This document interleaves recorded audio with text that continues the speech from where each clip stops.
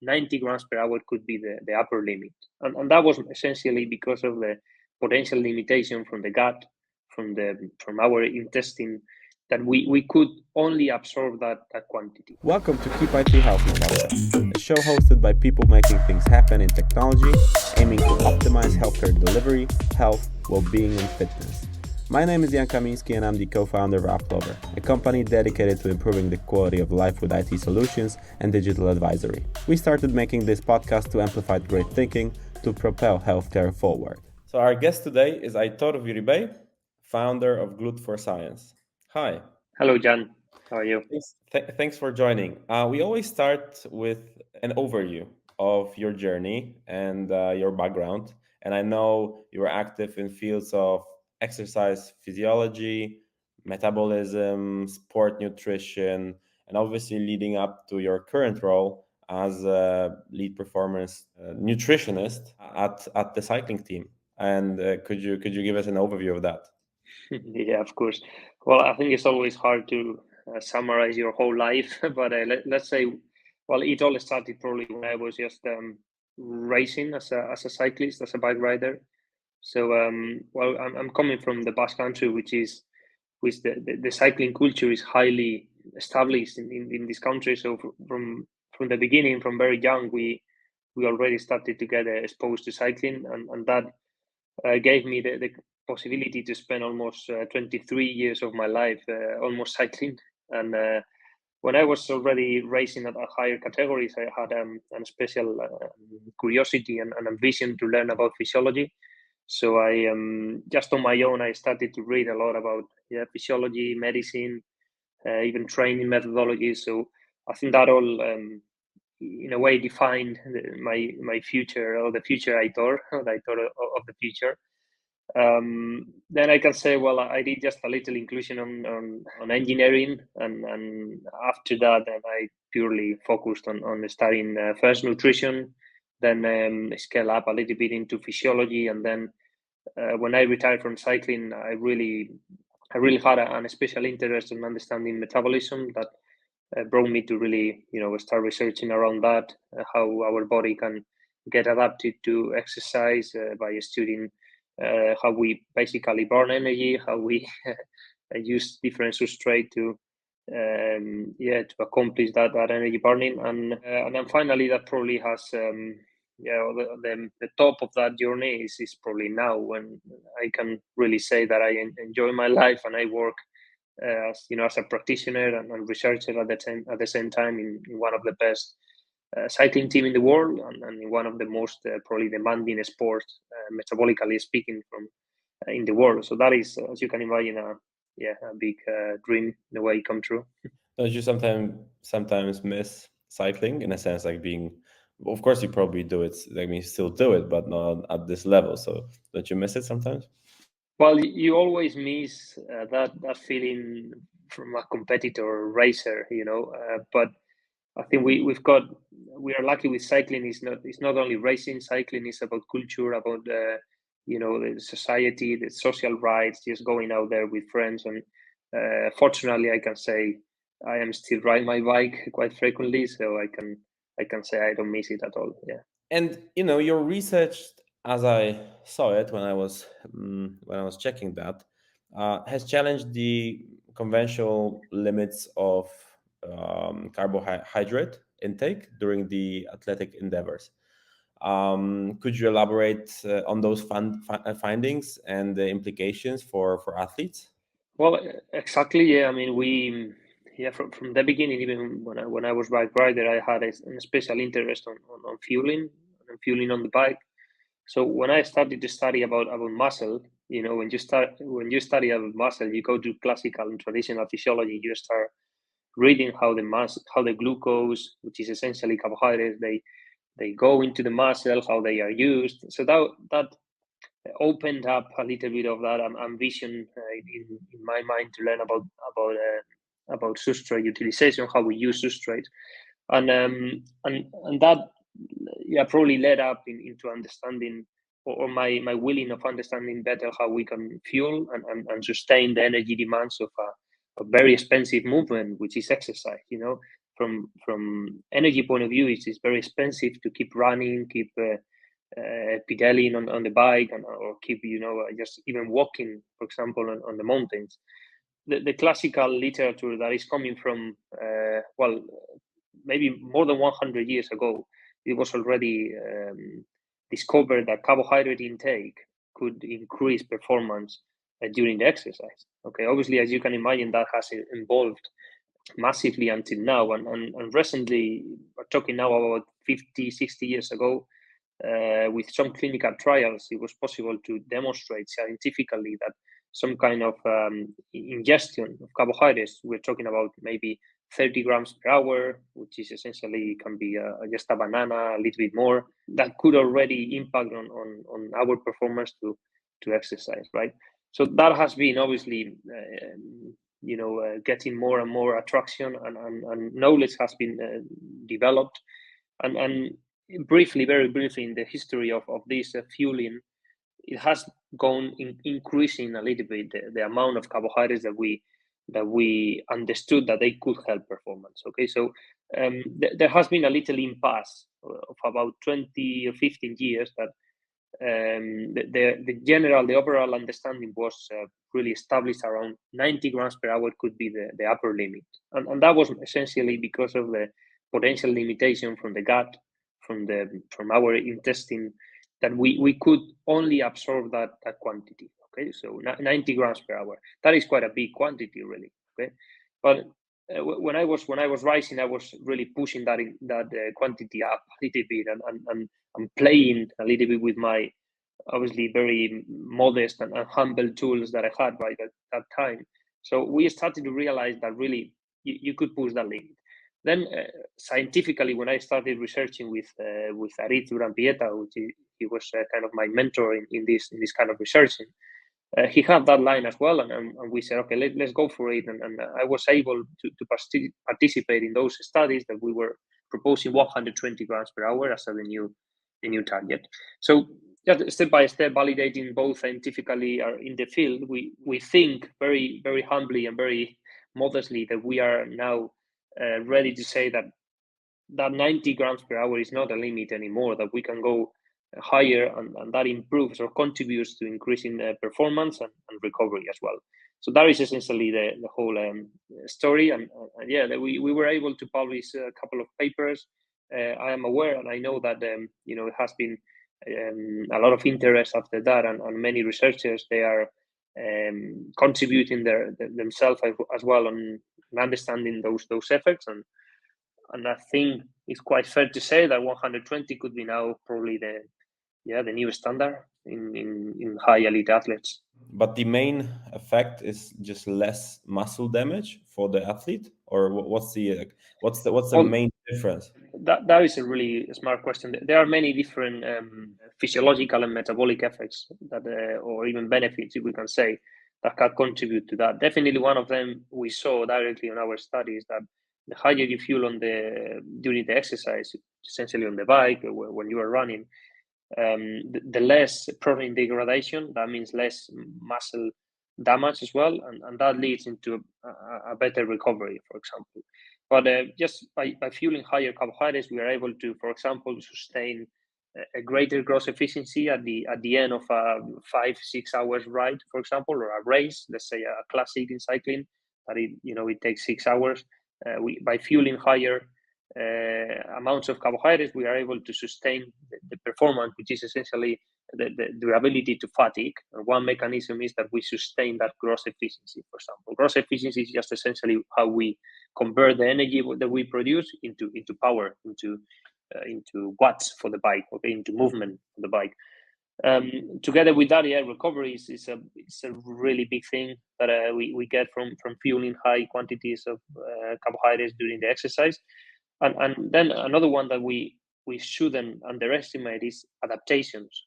So we believe, and we have already demonstrated, that by fueling more,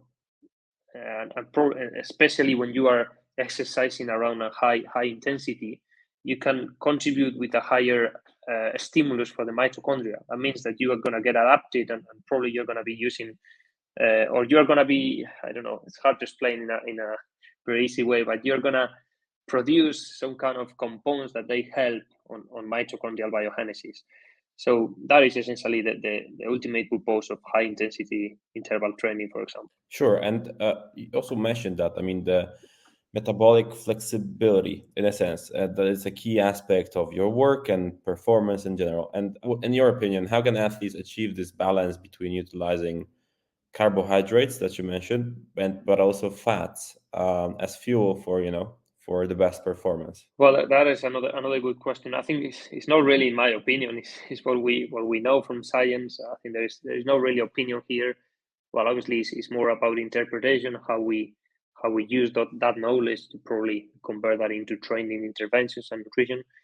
But what we know is that probably the major stimulus for the mitochondria is movement. So the probably the best we can do for improving our mitochondrial flexibility or our metabolic flexibility is just move a lot and train a lot. And if you go back 100 years or even a little bit more, they didn't have any issues of metabolic dysfunction or metabolic inflexibility. They were just healthy and basically they were just moving.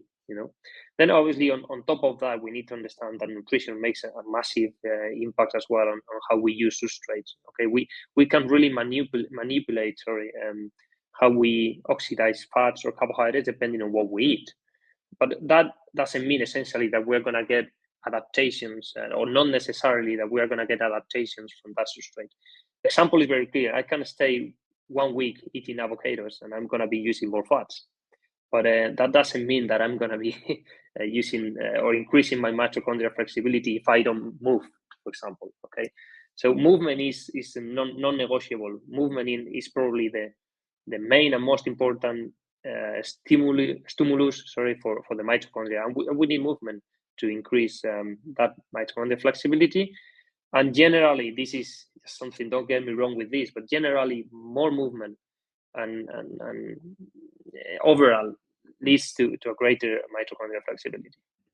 Okay, but as a you were a professional cyclist, and I know that right now, especially some of our guests in the podcast were also mentioning that. So the role of nutrition and but as you were a professional cyclist, and do you think like in those, let's say, past 10 years, the industry changed, that sports started paying attention to that, or like what changed? What made that change? Well, I definitely see it changed massively from well, first of all, from knowledge point of view, everything is going very fast. I think technology that is allowing that we can measure more, we can understand better, and obviously therefore we can learn faster as well. I think it's much easier to communicate information, to learn from everybody. That 20 years ago that was impossible. So you can find many researching groups or even professionals. They were already doing many things we are doing now, but they were isolated in a way. Whereas nowadays, when someone is doing anything, he can easily communicate that. So both from technology and obviously from knowledge point of view, that you can find brilliant, smart minds around. Everything is changing in a massive pace or rhythm, and but I really think, especially by measuring and understanding metabolism, that is allowing us to understand much better what is happening there. The great example is elite athletes. You can barely understand them if you just read the traditional literature or even the published papers. You cannot find that information. It's not written down. You have to really push them and test them and get measurements from them and biomarkers and learn, open your eyes and learn from them, because the real knowledge is not, unfortunately, it's not available yet. So just by technology, the advanced technology, sorry, we can really measure more, understand more, and probably obviously learn faster and more. Yeah. Mhm. I mean, we'll get to that. So the technological aspect of your work as well. But you mentioned a future, and like I wanted to ask about the future because obviously with an increasing focus on the personalized nutrition trend in sport, how do you envision the future of sports nutrition? I mean, maybe how do you envision the impact on athletes' performance and recovery with that? Yeah, that is not only a good question, but a hard one probably to answer. As long as you are really focused on something, you see that many many different things that can keep developing, but not essentially can contribute massively to understanding something. So I think it is very hard to say that there is going to be something, just one, two, couple of things that they're going to be game changers, and we're going to our riders or professional athletes are going to be able to recover fuel better. And I think essentially just the agglomeration of different things that we really keep developing that is going to allow us to increase that support for the riders. But obviously, I have to say one because I have to answer your question, and I could say yes, in my opinion, assessing the energy demands of an individual and really understanding by proper methodologies how we or how they burn energy or how they absorb energy, that is going to be, in my opinion, a game changer. And we are going to really understand how different is the picture from what we think actually at the moment. Okay, and you've worked with different types of athletes, such as I saw it, UCI World Tour cyclists, mountain runners, triathletes, so endurance sports from A to Z. And in your experience as a physiology advisor and performance nutritionist, what are the different strategies of working of different types of those athletes? We can probably state many differences. At the end, you're just working with individuals, humans, and they, you have to consider the mindset, the psychological aspects, and as well the environment, which is impacts massively on the way they work. But essentially, when you start probably stating those differences, you can find many of them that are similarities. At the end, they are just humans. They want to achieve their best selves, just maximum performance possible. They work daily as hard as possible to get the maximum performance from them. So at the end, you always find those, that ambition to learn first of all, which is what I think it makes you being at the edge of the innovation and improvement. It's just that ambition to learn.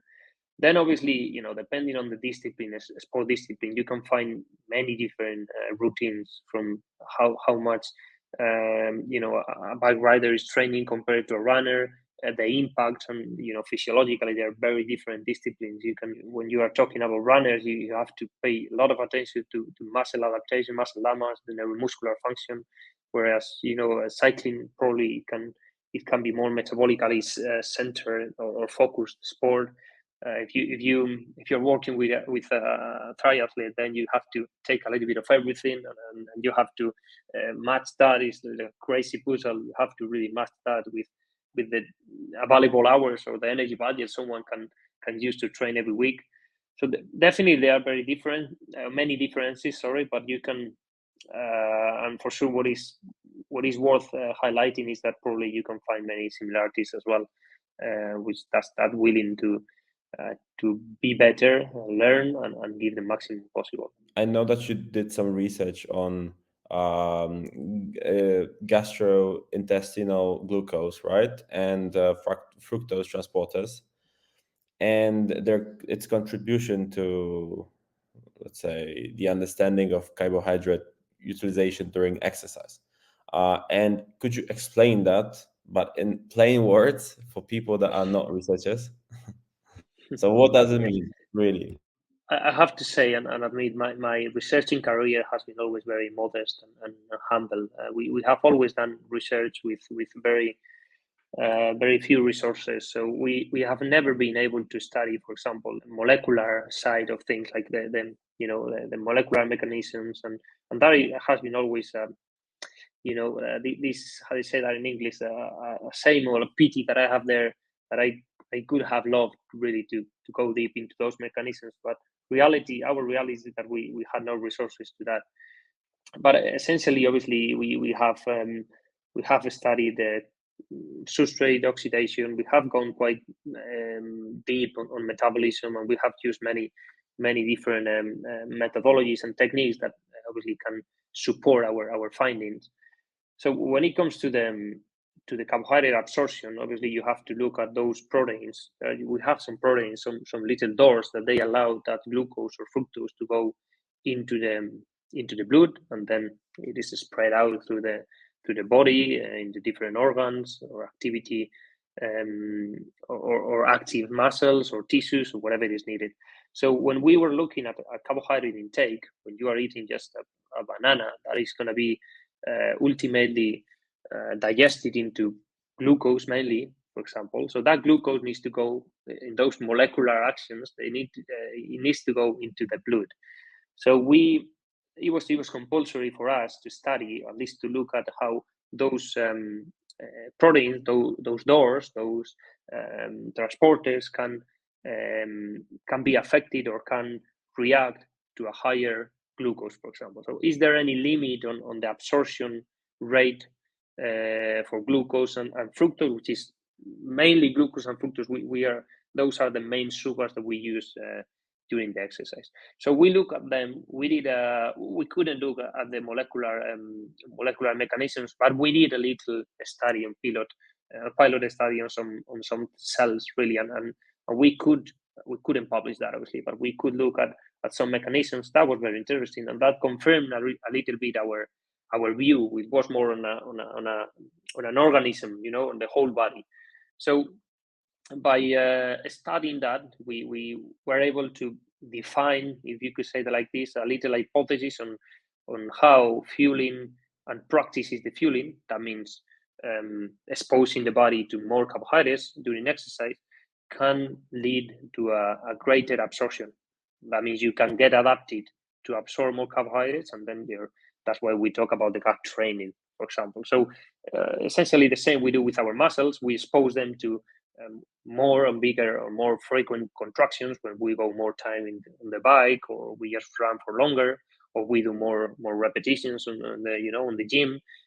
We saw that could be possible as well with the gut, with our absorption capacity, and that is the whole hypothesis behind the gut training.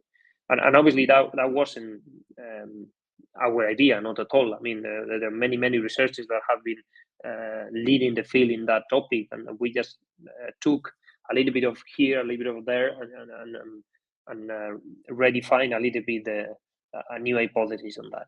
You mentioned that in a few interviews when I was preparing to that conversation. So essentially, training the gut, right? The concept of training the gut has gained attention. So as I understand this, basically through that, athletes can effectively train their gastrointestinal systems to just tolerate higher carbohydrate intake during exercise. Is that the correct understanding of it? That is correct. Yeah. Could you tell us more about Glute for Science? So what is it? What do you do there? And what's the story behind it? Okay, yeah. So Glute for Science, first, probably starting from the name. So the Glute 4 is one of those transporters, really, those doors that allow the glucose to get into the tissues. And the Glute 4, we have different glutes. So the 4 one, the number 4, is mainly expressed in the muscle. Okay, so it plays a massive role on how we absorb glucose and how we use that glucose in the muscle, which is the main side of usage during the exercise. Glute for Science, initially it began as a little, let's say, project for myself, just for putting all my thoughts there in a paper, and start just publishing on a little blog and on my Instagram account, and that step by step, as I was researching with my colleagues and the researching group, and even learning with professional athletes, and doing even pilot studies and many things, I started to put that all in that website, in that blog, and it has essentially been, in my opinion, and for me, a key part of my knowledge and my developing, because I was able to really put my thoughts there, receive a lot of feedback from many people, learn a lot, connect with so many people that fortunately I can work now with them, and it has been just starting from a very humble project on a crazy student just maybe just writing about what he has just learned in any lesson, and suddenly becoming into I don't know, into maybe a little reference guidance for new students as well. But the only purpose, and I have to say sorry because recently I have literally no time to write down and keep updating the content and keep probably writing what I'm learning. I hope I can resume that activity soon.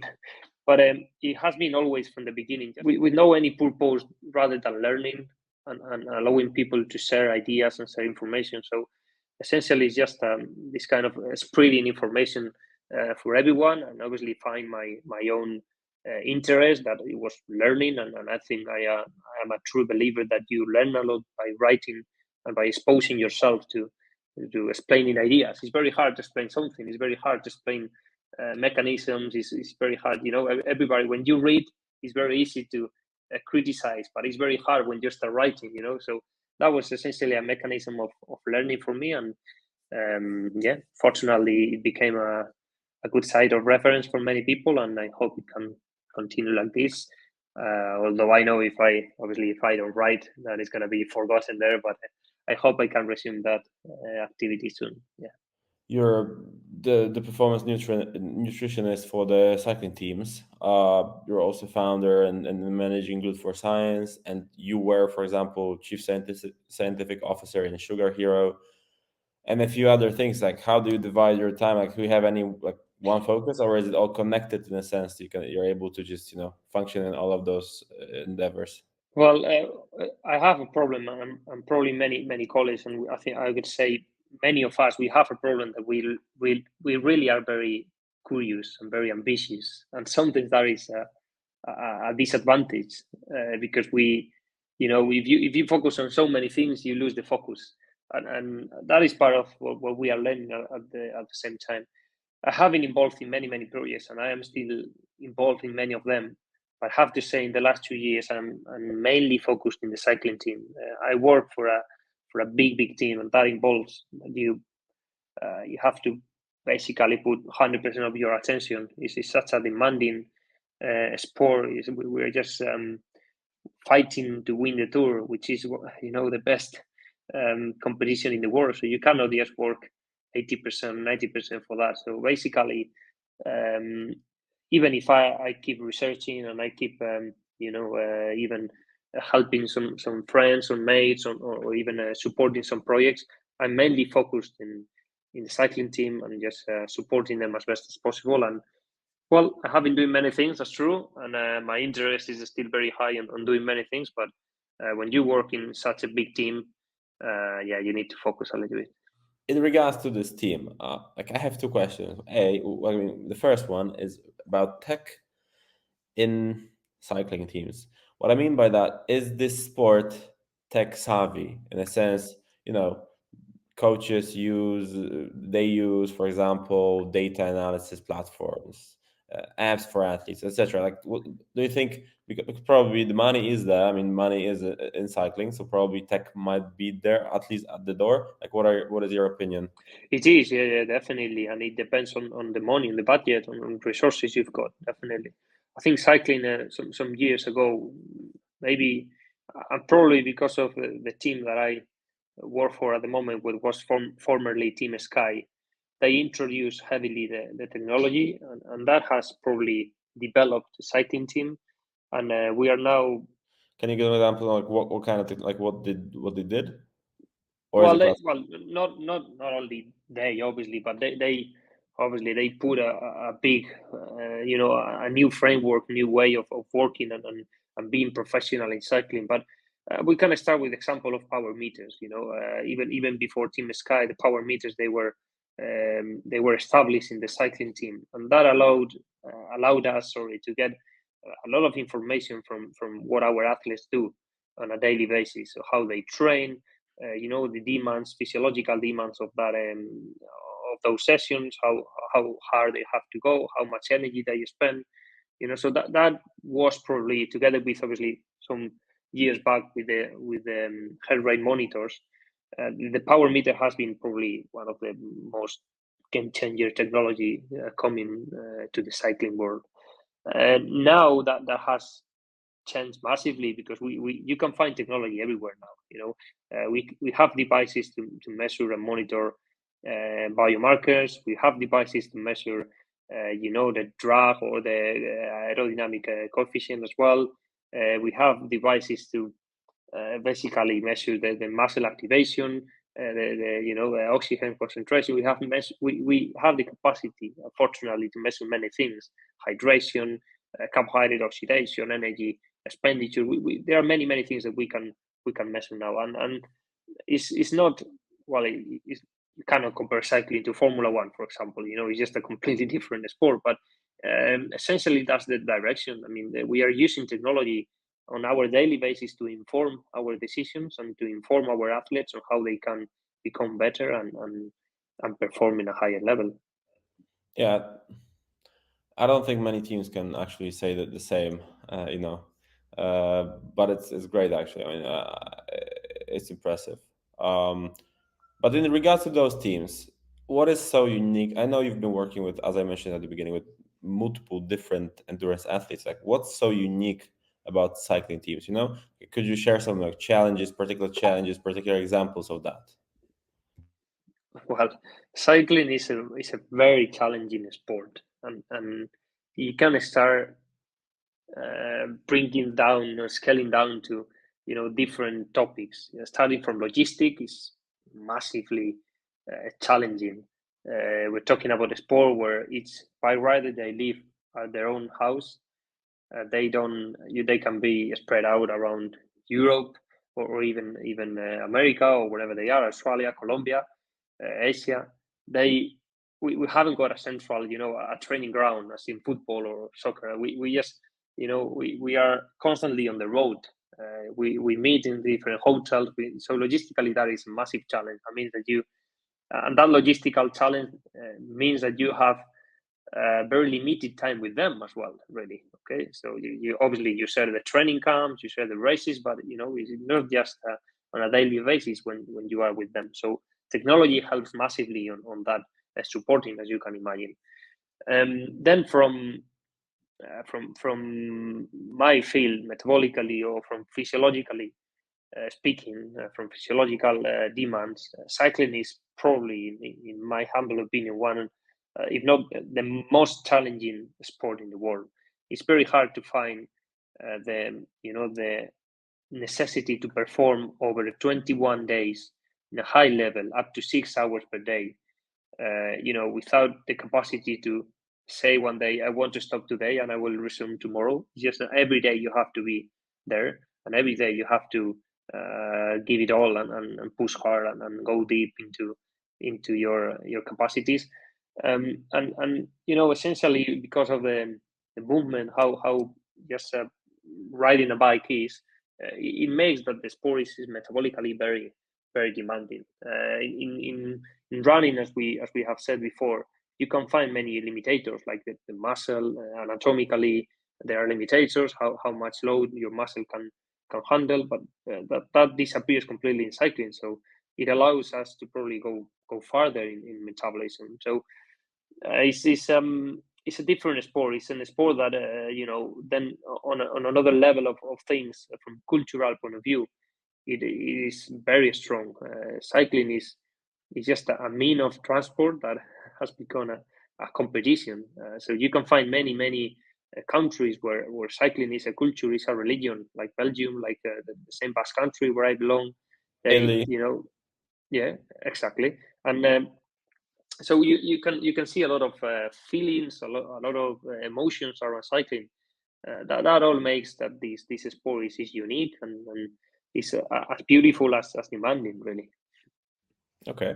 And with that, I mean, with those, let's say, with those athletes, I mean, cyclists, athletes from this sport. So, based on the research and your practical experience, uh, what are your key or your team's key strategies for those athletes to enhance their recovery through nutrition and metabolic optimization? Partially, probably of what you said at the beginning, right? Those two, let's say, mentions. But like, are there any others, or maybe you can um, talk a little bit about this? Definitely, we use how recovery has how recovery is supported now has massively changed if you compare with 10, 15 years back. From nutrition point of view, I think the understanding on metabolism is changing the way we recover. So now it's not only how you recover, but how you anticipate to recovery, as we have been talking. So by fueling on the bike, we know that you are already impacting on recovery.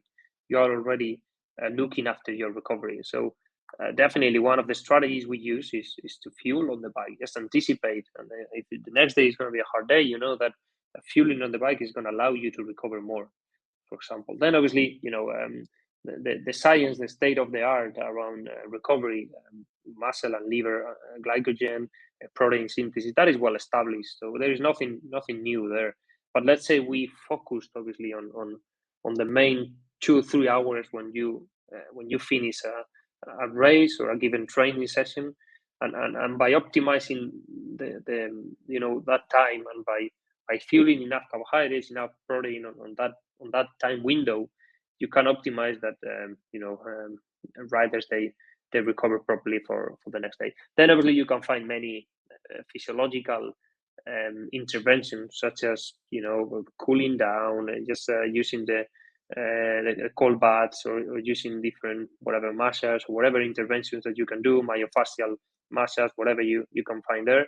But don't forget that, and that probably, and don't get wrong with that direction, that the main focus is on nutrition, is on recovering energy. That is going to allow you to promote recovery, protein synthesis, and muscle recovery in a sense. Okay, and what are the plans right now? Because we were talking about the present, we talked a little bit about the past, but what are the plans for the and goals and aspirations um, of I mean, both in your research and your role with the cycling teams. Well, both of them, they just merge in one, which is just keep learning. I have I say that a relentless, is said like this, I think. Well, willing to learn, and I really find exciting to keep learning from these athletes. They are the best human metabolisms of the world, and I have to just keep learning from them.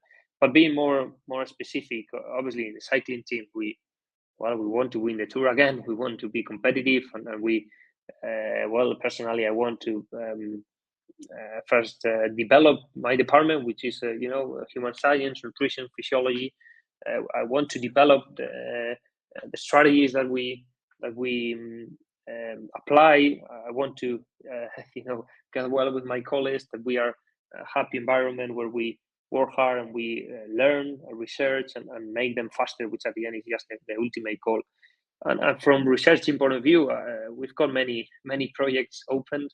Well, personally, I have still to finish my PhD, which is always a tick, that you have to do at least once in your life, and just for your own purposes, personal goals. And I am very interested in studying again how we burn energy and how we produce adaptations to keep burning more energy. That means being better, going faster or moving for longer. And together with that, I have a special interest in lactate. I think that there is nothing new. I feel this little molecule is is definitely something that is getting me a little bit crazy, and the different roles, different benefits that we keep finding from lactate are amazing, and I'm especially attracted by the idea of keep learning about this little and ubiquitous molecule. Are those the things you mentioned are the topics of your interest for for the further or future projects in the upcoming research projects, or that you're excited about, and how they might contribute to the understanding of athlete nutrition and performance? Like, are those the next steps, next plans, and next research plans projects? They are, yeah, definitely. I think we have some good projects. Really, it's always hard to take elite athletes as a subject of a study, as you can imagine.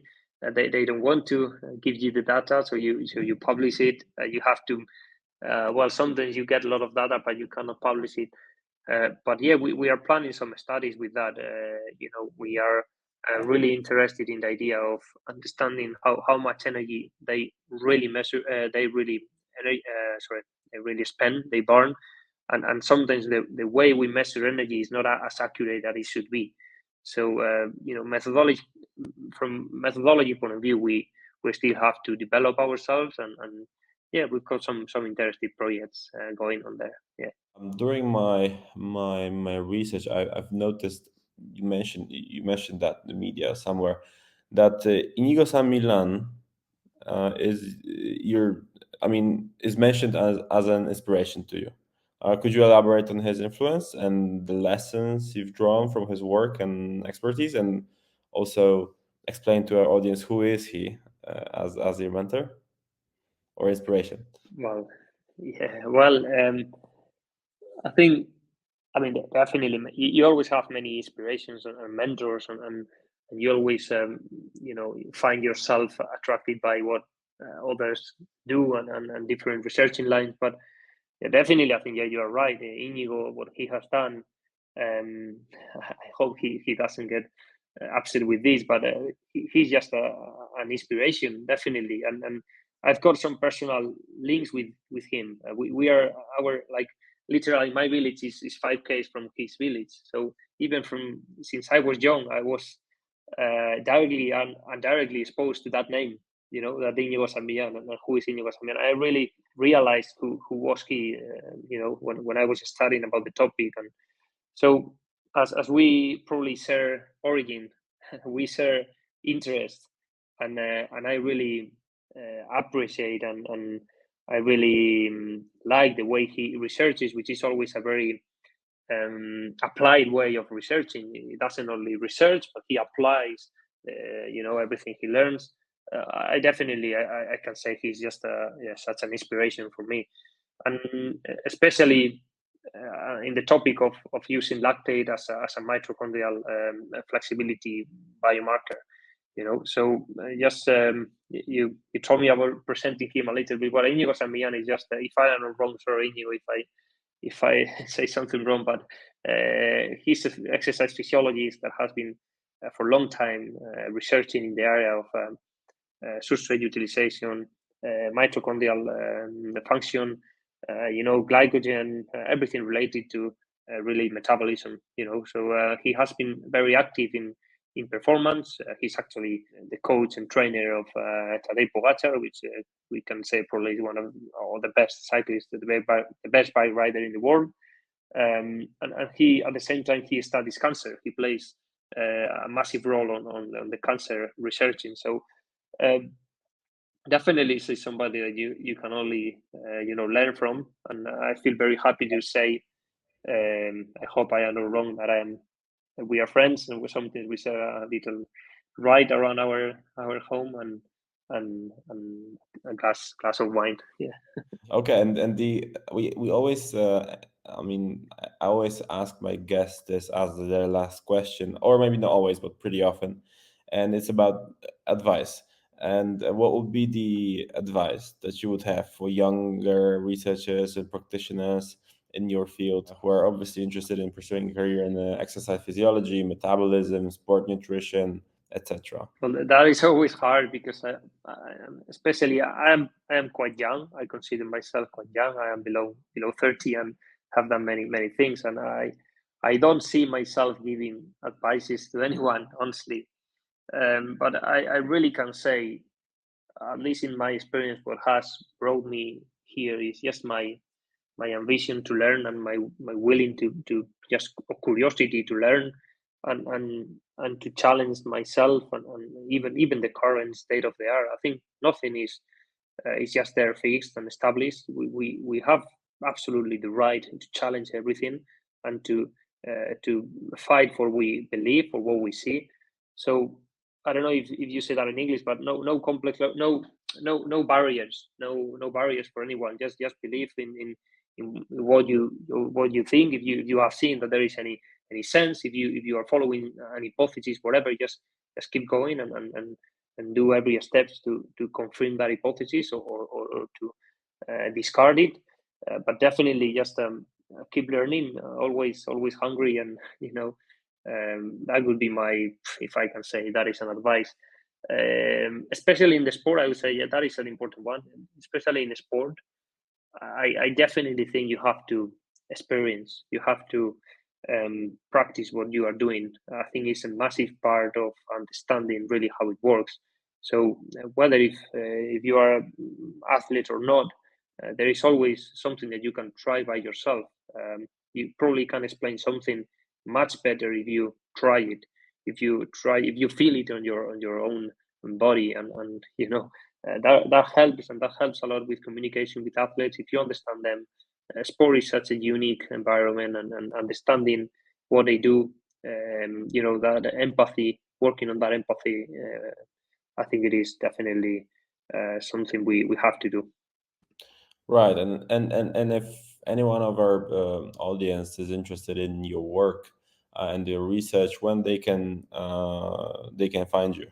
Well, probably the main site is Twitter, where I'm now more active. I think my user is MV Aitor. You can always, drop me a message, an email on aitor@groove4science.com as well. I, invite you to visit my website as well, my Groove for Science blog, which is a little bit, I need to resume the writing, but definitely you can find me, anywhere, whether if it's on Twitter, Instagram as well, but mainly I would say, yeah, on Twitter I'm quite active recently. And Aitor, thank you very much, or should I say Aitor, right? Aitor. Thank you very much for joining today and for sharing insights and your thoughts with our audience. Okay, thank you, Jan. My pleasure, definitely, and congratulations for everything you do as well. Just a pleasure to be here talking with you. Stay in touch with us. Subscribe to our podcast. Give us a like, comment, or share. If you want to reach out personally, you can find me on LinkedIn and Instagram.